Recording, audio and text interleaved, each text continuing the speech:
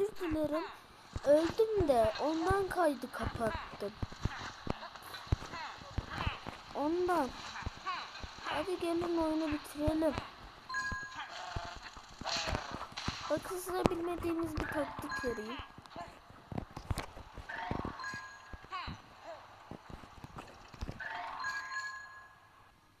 Bakın. Buradayım. Buraya geldim ben. Bilmediğiniz burada bir tane daha sticker var. Oh. Yanık abi. Ne şanssızlıkmış. Hayır. Şimdi şunları alıyoruz. Aha bakın burada.